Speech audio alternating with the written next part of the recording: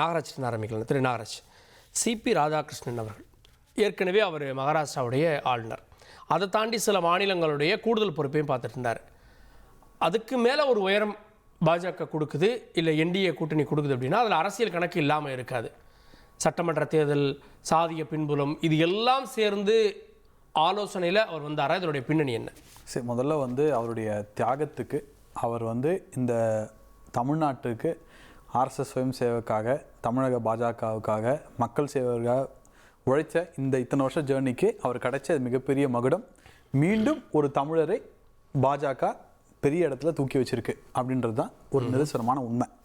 அரசியல் கணக்கு அதற்கெல்லாம் தாண்டி ஒரு ராஜ்யசபாவில் ஹவுஸ் நடத்துகிற ஒரு வேலை விபிக்கு இருக்குது, வைஸ் பிரசிடென்ட்டுக்கு இருக்குது. அதை அனைத்து கட்சிகளுடன் ஒருங்கிணைத்து நடத்தக்கூடிய ஒரு வேலை இருக்குது. இது ஒரு அருண்ஜேட்லி மாதிரி ஒரு ஆள் வேணும். அருண்ஜேட்லி எப்படின்னா எல்லா கட்சிகளோடையும் ஒரு சமரச ஒரு இது பண்ணி எல்லாத்தையும் பண்ணுங்கப்பா, பார்த்துக்கலாம்ப்பா அப்படின்னு சொல்லக்கூடிய நபர். அந்த ஒரு கெப்பாசிட்டி சிபிஆர் அண்ணன்ட்ட இருக்குது. அவர் எல்லா கட்சியோடும் நட்புடன் பார்க்க. இன்ஃபேக்ட் லாஸ்ட் மந்த் சென்னை வந்தபோது முதலமைச்சர் அவரை நேரில் சந்திச்சார். இது உடல்நல விசாரிச்சார். அவர் எல்லாரோடையும் நட்பு பாதித்து எல்லாரோடையும் ஒரு அனுசரித்து போகக்கூடிய ஒரு நபர். அதற்கு பெஸ்ட் சாய்ஸ் இன்னைக்கு பாஜக யார் இருக்கு அப்படின்னா மூணு ஹெவி வெயிட் இருக்காங்க. 3 ஹெவி யார் பரிசீலனை பண்ணாங்க? அது நம்ம எப்படி சொல்ல முடியும்? உங்களுக்கு தகவல் தான். ஜேபி நட்டா ஒரு பரிசீலனையில் இருந்ததுன்னு சொல்றாங்க. அதுக்கப்புறம் சிபிஆர் இருந்தாங்க சொல்றாங்க. பட் ஜேபி நட்டா வேற ஒரு சாய்ஸ்க்காக வேற ஒரு இதுக்கு வச்சிருக்காங்க அப்படின்னு சொல்றாங்க. வேற ஒரு கேட் த்ரூ இருக்கு அப்படின்னு சொல்றாங்க நட்டாவை பொறுத்தவரை. அப்போ எல்லா கட்சிகளும் இருக்கும். பிளஸ் ராஜ்யசபாவை நடத்தக்கூடிய ஒரு ஆள். ஆனால் எல்லா கட்சிகளும் இப்போ சிபிஆருக்கு தெரியாத அரசியல்வாதியே கிடையாது. இப்போ மகாராஷ்டிராவில் இருந்திருக்காரு, டெல்லியில் நிறைய நாள் இருந்திருக்காரு, காயர் போர்டு தலைவராக இருந்திருக்காரு. ஸோ இந்த ரிலேஷன்ஷிப் பேசிஸில் இது கொடுக்கப்பட்டிருக்கு அப்படி தான் நான் பார்க்குறேன். தவிர ப்ளஸ் அவங்க தன்கரிடம் செய்த தப்பை இங்கே செய்யக்கூடாதுன்றதுல ஒன்று ரொம்ப கிளியராக இருந்தாங்க. இந்த ஃப்ரெண்ட்லி மூவ் இருக்கக்கூடாது, நமக்கு தெரிஞ்ச ஒருத்தர் இருக்கணும் அப்படின்றதுலேயும் அவங்க ரொம்ப கிளியராக இருந்திருக்காங்க. என்டிஏ ப்ளஸ் வின்னபிலிட்டியும் இருக்கணும். அது சிபிஆருக்கு ரொம்ப ஈஸியாக இருக்கும்ன்றது அவங்களுடைய பாயிண்ட் ஆஃப் வியூ. வின்னபிலிட்டி அப்படின்னா எப்படி பார்த்தாலும் நம்பரில் பிரச்சனை இருக்காது. ஆனால் நீங்கள் சொல்கிற வின்னபிலிட்டின்றது தமிழ்நாட்டில் அவருக்கு ஆதரவு இருக்கணும் அப்படின்றதா? எஸ், கண்டிப்பாக. தமிழ்நாட்டில் பாஜகவுக்கு எம்பியே கிடையாது. இல்ல அப்படி நான் சொல்ல, தமிழ்நாட்டுக்கு பாஜக எம்பி கிடையாது. பட் தமிழ்நாட்டிலே 40 பேர் எம்பி இருக்காங்கல்ல. தமிழ்நாட்டில் பாஜக எம்பி கிடையாதுங்க. தமிழ்நாட்டிலே 40 எம்பி இருக்காங்க. ஒரு தமிழரை உயர்த்தக்கூடிய ஒரு ஒரு சான்ஸ் இருக்கு. அது இன்னைக்கு it's on Tamil Nadu MPs role. அவங்க ஆதரிக்கிறாங்க நிராகரிக்கிறாங்கன்றதை நம்ம பார்க்கணும்.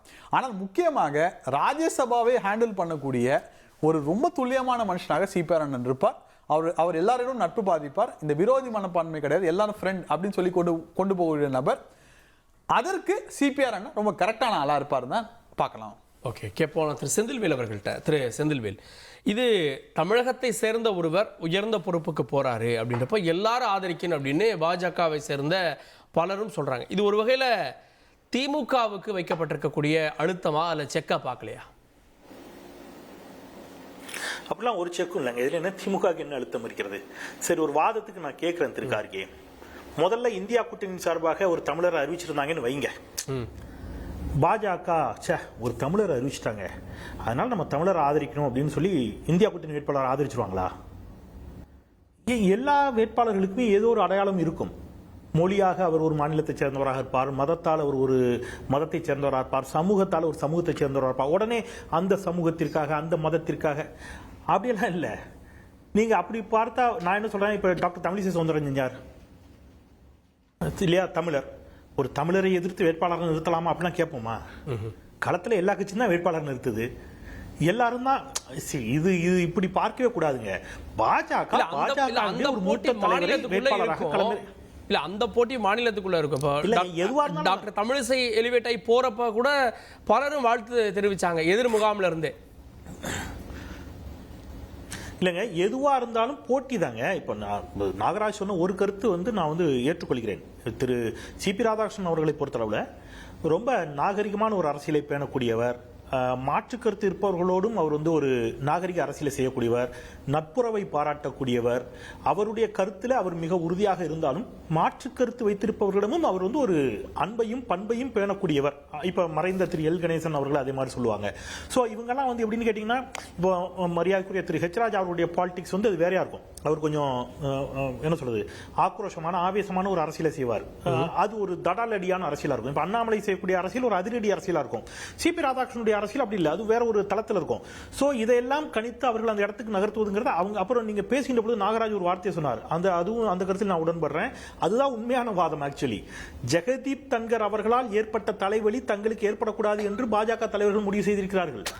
சோ அவர்களுக்கு கன்வென்ட்டா ஒருத்தர் இருக்கணும் அப்படிங்கறதா சிபிஆருடைய தேர்வுக்கு அதுவும் ஒரு காரணம். நான் என்ன சொல்றேங்க, நீங்க மரியாதை இப்ப சஞ்சய் ராவத் உள்ளிட்டவர்கள் ஒரு கேள்வி எழுப்புனாங்க. இப்ப இதெல்லாம் விவாதிக்கணும் திருக்கார்கே. இந்த நாட்டினுடைய துணை குடியரசுத் தலைவர் ஒருவர் ராஜினாமா செய்தார். அவர் ஏன் ராஜினாமா செய்தார்? அவர் சொன்ன காரணம் உடல்நிலை சரியில்லைன்னு. ஒரே நாள்ல உடல்நிலை சரியில்லைன்னு ஒரு காரணத்தை சொல்லிட்டார். அது உண்மையா? அதன் பிறகு அவர் யார்ட்டையாவது பேசினாரா? அவர் எங்க இருக்கிறாருன்னே தெரியல.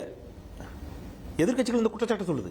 அவர் எங்க இருக்கிறாருன்னு தெரியல. அவர் வீட்டுக்கு காவலில் வைக்கப்பட்டிருக்கிறாராங்கிற கேள்வியை எதிர்க்கட்சிகள் கேட்கிறாங்க. அப்ப அவருக்கு கொடுக்கப்பட்ட அழுத்தம் என்ன? இதெல்லாம் பேசுபொருள் ஆயிருக்கணும். இந்த நாட்டில் பேசுபொருள் ஆகல.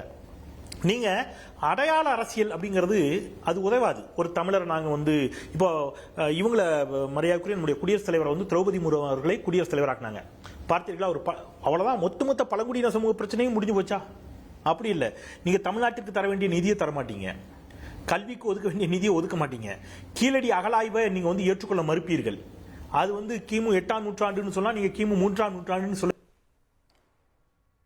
மரியாதைக்குரிய நம்முடைய ஐயா நயினா நாகேந்திரன் கீழடியாவது மேலடியாவது என்று கேட்பார். இப்படி நீங்க தமிழ்நாட்டுக்கும் தமிழர்களுக்கும் செய்ய வேண்டிய தமிழ்நாட்டினுடைய சட்டமன்றத்தில் நிறைவேற்றப்பட்ட ஏகமனதாக பாஜக எம்எல்ஏக்கள் 4 பேரை தவிர மற்ற எம்எல்ஏக்கள் எல்லோரும் சேர்ந்து நிறைவேற்றிய மாநில இறையாண்மை மிக்க ஒரு மாநில அரசினுடைய சட்டப்பேரவையில் நிறைவேற்றிய அஇஅதிமுக ஆட்சி காலத்தில் நிறைவேற்றப்பட்ட சட்ட திருத்தத்துக்கும் மதிப்பு கொடுக்க மாட்டீங்க. திருத்தத்துக்கும் மதிப்பு கொடுக்க மாட்டீங்க. திமுக ஆட்சியில் நிறைவேற்றப்பட்ட சட்ட திருத்தத்துக்கும் மதிப்பு கொடுக்க மாட்டீங்க. இது எதையுமே செய்யாம உங்கள் கட்சியை சேர்ந்த ஒரு மூத்த உறுப்பினர், மூத்த தலைவர், அவரை நீங்க குடியரசுத் தலைவர் துணை தலைவர் வேட்பாளராக முன்மொழிஞ்ச உடனேயே வெறும் அடையாள அரசியல் சொல்ல முடியுமா? ஏன்னா வெற்றி வாய்ப்பு நம்பர் அடிப்படையில இருக்கு. அதை தாண்டி தமிழ்நாட்டை சேர்ந்த ஒருத்தர் ராஜ்யசபா நடத்துறப்போ தமிழக எம்பிக்களுக்கான கூடுதல் வாய்ப்பு இதெல்லாம் கிடைக்காதா? இல்ல அப்படியா? Do you believe this? நாளைக்கு அப்ப அவர் துணை குடியரசுத் தலைவர் ஆக்கின உடனே பாஜக தமிழ்நாட்டு சட்டமன்றத்தில் நிறைவேற்றப்பட்ட நீட்டு விலக்கு தீர்மானத்திலிருந்து எல்லாத்துக்கும் ஒப்புதல் கொடுத்துருவாங்க. குறைந்தபட்சம் எம்பிக்கள் பேசுறதுக்கு கூடுதல் நேரம் கிடைக்காதா? ஒரே இது என்னங்க பேசுறதுக்கு? நான் உங்களுக்கு சொல்றேன், சரி எல்லாரும் கூடுதல் நேரம் கொடுத்து பேசிட்டீங்க. இப்பவும் ஒரு சட்டம் இருக்குது கார்கே, கூடுதல் நேரம்லாம் இல்ல. எல்லா கட்சிக்கும் அவருடைய கட்சியினுடைய பிரதிநிதித்துவம் என்னவோ அதன் அடிப்படையில் அந்தந்த கட்சிகளுக்கான நேரம் இருக்கிறது, அதை கொடுக்குறாங்க. அதுல எல்லாம் பிரச்சனை இல்லை. ஆனால் அந்த விவாதத்தில் பிரதமர் பங்கெடுக்கிறாரா? அந்த விவாதத்திற்கு பதில் அளிக்கப்படுகிறதா? அந்த விவாதத்தில் வைக்கப்படும் கேள்விகளுக்கு தீர்வு காணப்படுகிறதா அப்படின்னு கேட்டா அது $1 மில்லியன் கேள்வி. நீங்க எல்லாம் பேசுறாங்க, பேசுனதுக்கு என்ன பதில் வருது? நான் இப்போ ஒரே ஒரு கேள்வி கேட்கிறேன். நாளைக்கே ஒருவேளை தமிழ்நாட்டிலிருந்து ஒரு பிரதமர் வேட்பாளரை இந்தியா கூட்டணி முன்மொழிகிறது, ஒரு வாதத்துக்கு வச்சுப்போம். ஒரு தமிழ்நாட்டிலிருந்து ஒரு பிரதமர் வேட்பாளர், தமிழ்நாட்டிலிருந்து முதன்முறையாக ஒரு பிரதமர், உடனே நீங்க எல்லாரும் பாஜக வாபஸ் வாங்கிற போதா? போட்டி தாங்க. பாஜக அவர்கள் தரப்பில் இன்னைக்கு அவங்களுக்கு பெரும்பான்மை இருக்குது. அவங்க கட்சியை சேர்ந்த ஒருத்தரை துணை குடியரசுத் தலைவர் ஆக்கணும்னு விரும்புறாங்க. இதுக்கு முன்பு ஒவ்வொரு மாநிலத்திலிருந்து ஆக்குனாங்க. சிபி ராதாகிருஷ்ணன் சொன்ன மாதிரி மிக மூத்த ஒரு தலைவர், பாஜகவில் RSS வந்தவர். சோ பெரிய சர்ச்சைகளில் சிக்காதவர், மாற்று கருத்து உடையவர்களிடமும் நாகரிகமாக அரசியல் செய்யக்கூடியவர். அவர் பொருத்தமா இருப்பாரு. ஜெகதீப் தன்கர் மாதிரி நமக்கு ஒரு அவரால் எந்த சர்ச்சைகளும் ஏற்படாது. இந்த மாதிரி பல கால்குலேஷன் போட்டு அவர் என்ன செஞ்சிருக்காங்க, அந்த இடத்துக்கு நகர்த்தி இருக்கிறாங்களே தவிர இதனால தமிழ்நாட்டுடைய எல்லா பிரச்சனை. நீங்க உச்சநீதிமன்ற தீர்ப்பை மதிச்சு உடனே காவிரி மேலாண்மை வாரியத்துக்கு பதில் காவிரி மேலாண்மை ஆணையம் அமைச்சீங்கல்ல. உச்சநீதிமன்றம் காவிரி மேலாண்மை வாரியம் அமைக்க சொன்னது தமிழ்நாட்டிற்கு அது பெரும் கேடை விளைவித்தது. நீங்க உச்சநீதிமன்ற தீர்ப்புக்கு எதிராக ஐயோ நம்ம தப்பு பண்ணிட்டோம், அதனால காவிரி மேலாண்மை வாரியமே அமைச்சிருவோம். அப்படி அமைத்தீர்கள் என்றால் நான் சொன்ன மாதிரி நிதியை கொடுத்து, நான் சொன்ன மாதிரி நீங்க கீழடி அகழாய்வை அங்கீகரித்து சமஸ்கிருதத்தை விட தமிழுக்கு கூடுதலான நிதியை ஒதுக்கி, அல்லது குறைந்தபட்சம் சமஸ்கிருதத்துக்கும் தமிழுக்கும் ஒரே மாதிரியான நிதியாவது கொடுத்து இதெல்லாம் நீங்க செஞ்சீங்கன்னா அது தமிழ்நாட்டுக்கும் தமிழர்களும் செய்யக்கூடிய நன்மை. உங்க கட்சியை சேர்ந்த ஒருத்தரை வேட்பாளர் ஆக்குனதுனாலேயே தமிழ்நாட்டுக்கு என்ன நன்மை போகிறதுன்னு எனக்கு தெரியல.